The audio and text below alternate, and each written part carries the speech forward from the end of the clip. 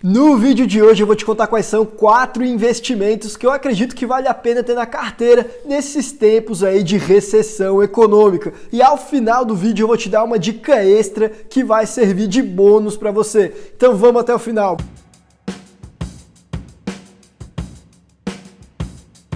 Fala pessoal, eu me chamo Guilherme e você está no canal da Capital Global. E terça-feira é dia da gente conversar um pouco sobre como investir no exterior. Porque a nossa ideia aqui na Capital Global não é apenas tirar o dinheiro do nosso país antes do que o nosso país tire o nosso dinheiro da gente, como também é procurar os lugares em que provavelmente vão estar as melhores oportunidades da gente enriquecer e alcançar a nossa prosperidade e liberdade financeira. E bem, eu não sei se você já notou, mas nos últimos tempos a gente está vivendo uma pega de uma crise econômica, cara, daquelas que catastróficas. E essa crise dessa vez não é uma crise apenas brasileira, como costumam ser a maior parte das crises que a gente enfrenta por aqui. Dessa vez a crise ela é mundial. Ainda que, claro, quando se trata de crise mundial, alguns países eles tendem a se recuperar da crise mais rápido do que outros. Alguns aí, eles em alguns meses já estão bombando mesmo depois da crise, e outros parece que na realidade eles nunca nem saem da crise, parece que a crise é algo constante. E me diga você acha que o Brasil ele está no grupo de países que saem da crise rapidamente ou naqueles que parece que a crise não acaba nunca?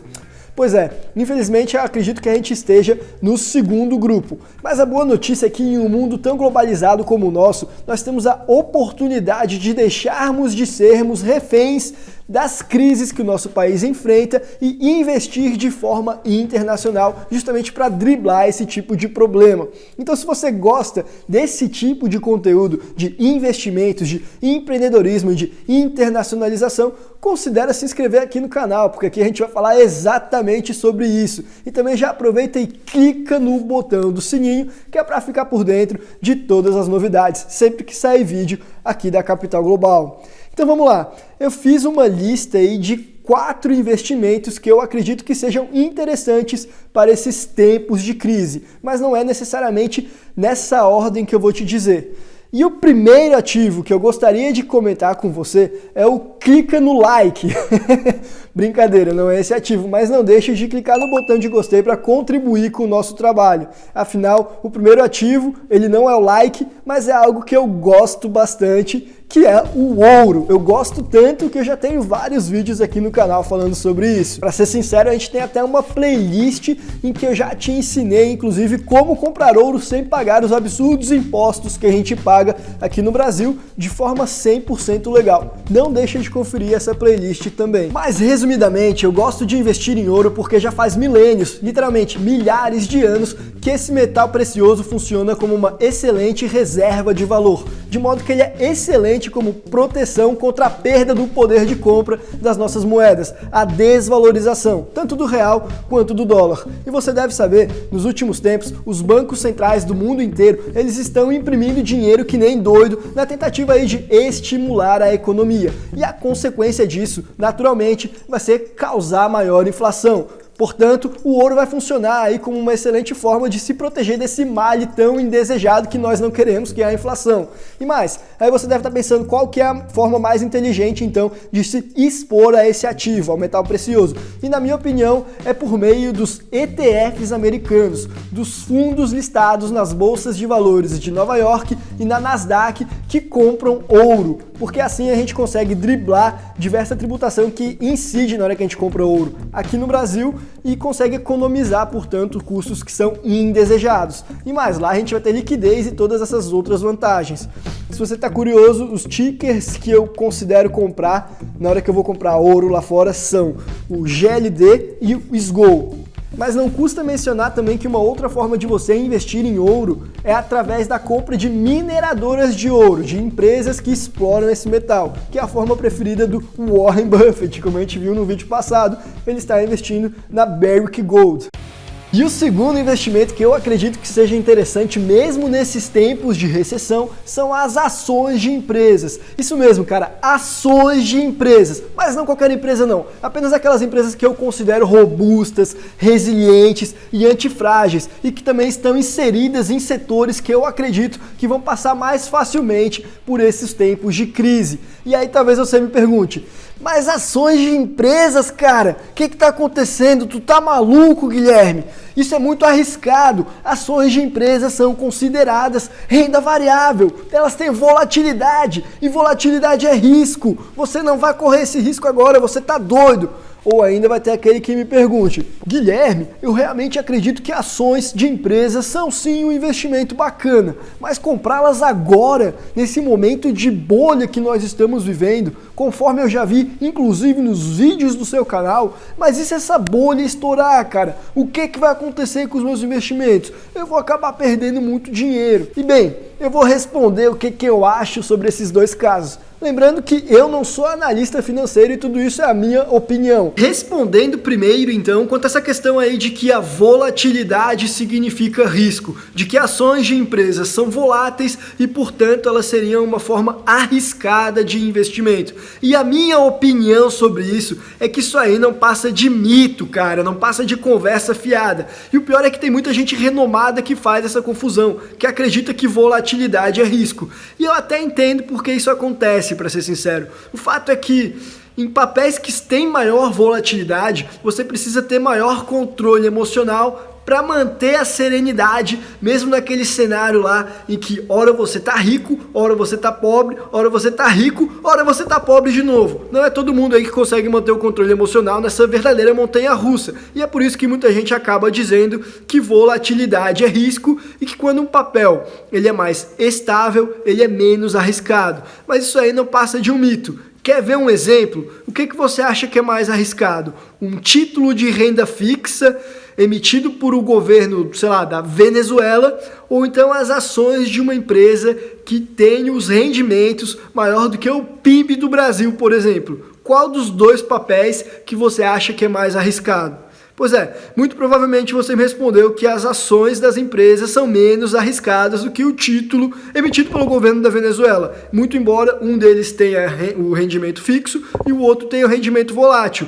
A questão é que volatilidade não é risco e ponto final, não tem dúvida sobre isso. Risco mesmo é você comprar um papel que pode te dar o calote daqui a um tempo. A propósito, não sou eu, Guilherme, quem estou falando isso não. Isso é o resultado dos estudos do próprio Warren Buffett. Ele é o maior defensor que falava que confundir risco com volatilidade é a mesma coisa que Alice no País das Maravilhas, alguma coisa assim é a tradução da fala original dele. E quanto à questão de que a gente está dentro de uma bolha financeira, de que os preços das ações eles estão inflados e que hora ou outra essa bolha pode estourar e o preço de tudo cair. Qual que é a minha opinião sobre isso? Bom, eu concordo. Eu tanto acho que a gente está dentro de uma bolha financeira, como também eu acho que hora ou outra essa bolha pode estourar e se isso acontecer, inevitavelmente o preço de tudo vai despencar, vai ter muita volatilidade dentro do mercado. Mas cara, como eu acabei de falar, na minha opinião, volatilidade não é risco. Risco é a empresa quebrar. Mas essas empresas que eu tô falando que são robustas,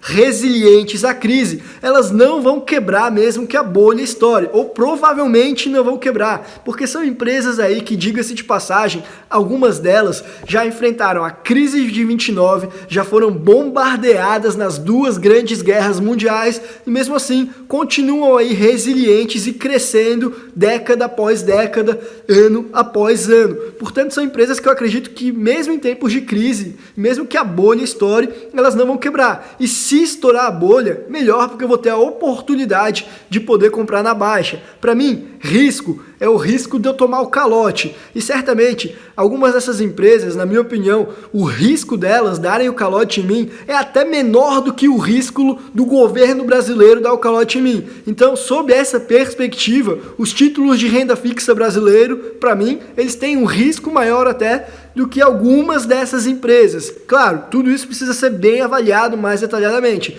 mas esse é o ponto, cara. Então não fica aí nessa cegueira coletiva de que a renda fixa brasileira ela vai ser mais protetiva aí do que ações de empresas multinacionais globalizadas, porque na minha perspectiva, pelo menos, isso aí seria um erro. Mas então, quais são algumas dessas empresas que eu considero resilientes e boas aí para se ter em carteira durante esses tempos de recessão? Bom, são várias, mas eu vou falar só duas delas aqui para exemplificar. E a primeira delas é o Walmart, aquela rede de supermercados que está listada na Bolsa de Valores de Nova York.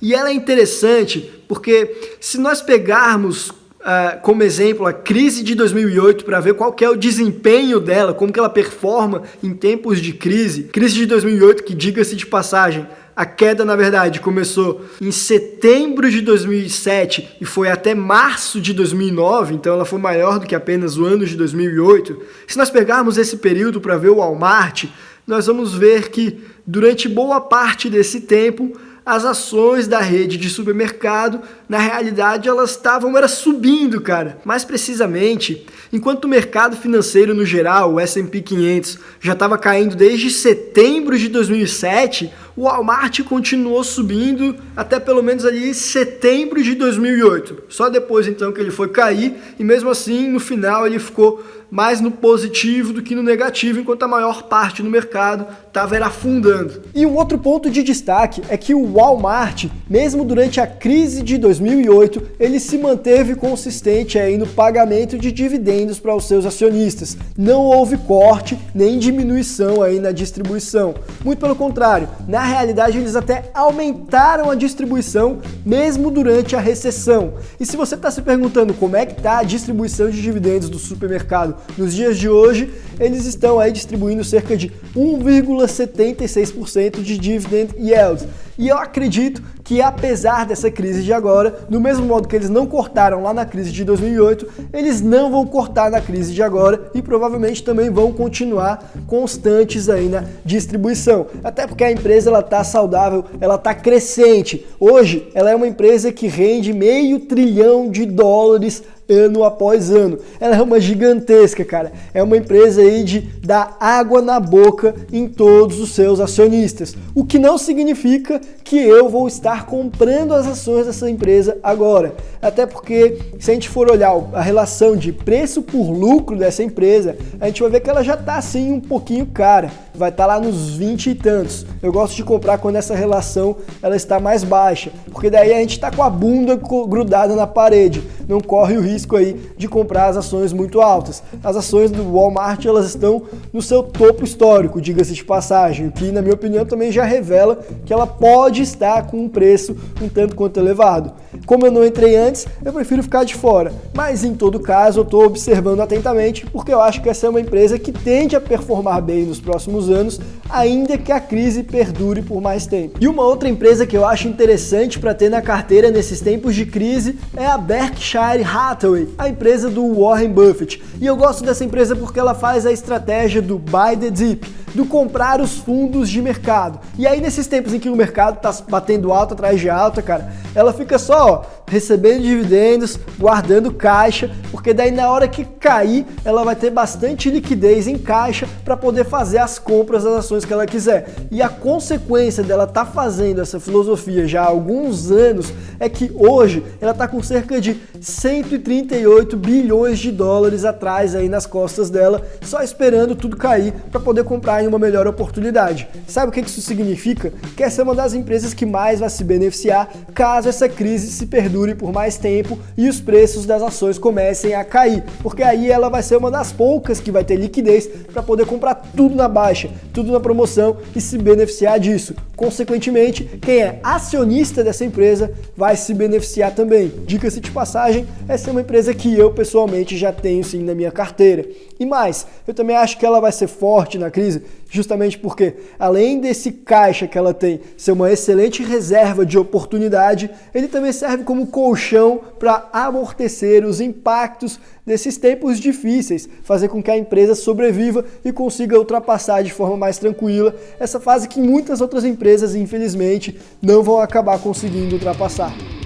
E o número 3 da minha lista de bons investimentos para tempos de crise vai nessa mesma linha aí de que ter liquidez é importante para poder aproveitar as oportunidades. O número 3 é ter dólares na minha carteira, ter dólares na conta só esperando para a gente poder fazer os aportes. Porque como eu falei, a oportunidade ela surge para quem está com dinheiro na mão para aproveitá-la. Não adianta nada, sei lá, aparecer uma casa sendo vendida na promoção, a casa dos teus sonhos, se você não tem dinheiro para comprá-la. Mas quem está aí confortável com um colchão consegue aproveitar essas oportunidades de comprar tudo na promoção. Nas bolsas de valores funciona da mesma maneira. E é por isso que eu mantenho uma parcela parcela do meu patrimônio líquida, principalmente nesses tempos de incerteza, nessa ideia aí de poder aproveitar as oportunidades. E se você está se perguntando por que eu deixo em dólares essa minha reserva e não em reais, são dois os motivos. O primeiro deles é para me proteger contra a desvalorização do real, porque o real, como eu já falei aqui no canal diversas vezes, ele se desvaloriza numa velocidade mais rápida do que o dólar, na maior parte do tempo. Então, mantendo em dólares, ao menos assim eu estou protegido da nossa inflação.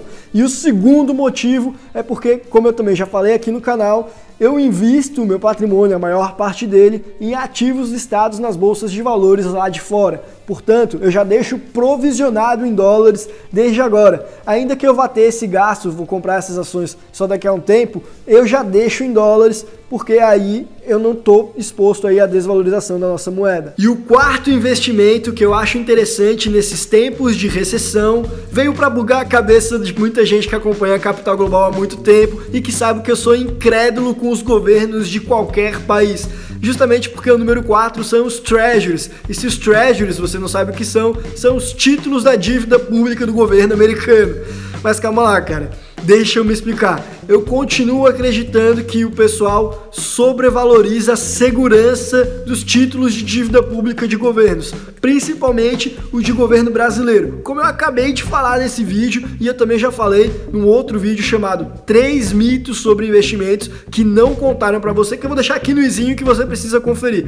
Mas independentemente de eu acreditar que é um erro 10 a cada 10 assessores de investimento falarem que esse é o investimento mais seguro e que talvez ele não seja tão seguro assim, ainda mais quando se trata de país emergente, que talvez tenham ações de empresas que sejam até mais seguras do que esses títulos, apesar de eu achar isso, eu ainda acho, mesmo assim, que os títulos públicos da dívida do governo americano, especificamente, eles estão sim entre os investimentos mais seguros que a gente pode ter hoje em dia, dentre todas as outras opções que a gente tem no mercado. E não se trata aqui também de ignorar o fato de que o Fed e os bancos centrais imprimem dinheiro adoidadamente, mas sim de olhar a realidade aí de forma imparcial e avaliar os números acima das nossas ideologias. Então vem aqui na tela, até porque uma imagem mostra mais do que 1000 palavras, e esse é o ETF do ticker GOVT, que está sendo listado nas bolsas americanas e que é um fundo dos títulos do Tesouro Americano. Veja então que o resultado desse fundo, que é exposto aos títulos públicos americanos,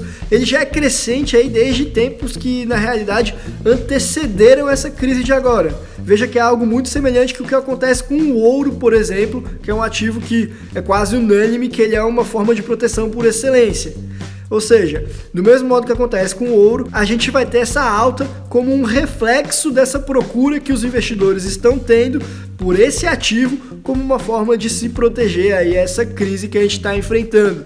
E se você quer saber qual que é a composição do GOVT, ela é essa daqui. Hoje a maior parte desse fundo vai estar exposta a títulos com vencimento de 3 a 5 anos. O que acontece é que numa situação de crise, quando todas as instituições vão estar precisando aí de dinheiro para poder pagar as contas, os treasuries do governo americano, eles vão ser uns dos investimentos mais líquidos que vão ter aí no mercado, inclusive em comparação com os treasuries de outros países. E agora que a gente já terminou a nossa lista, vamos ao bônus, que é o Bitcoin. Isso mesmo, o Bitcoin. Eu sou um entusiasta dessa moeda e eu coloquei ela como um extra aqui no nosso vídeo porque ela é um coringa, cara. O Bitcoin ele cumpre com todos os requisitos para ser uma reserva de valor, como eu já falei detalhadamente naquele meu vídeo chamado Bitcoin Vale a Pena, que eu também vou deixar aqui para você ver no izinho.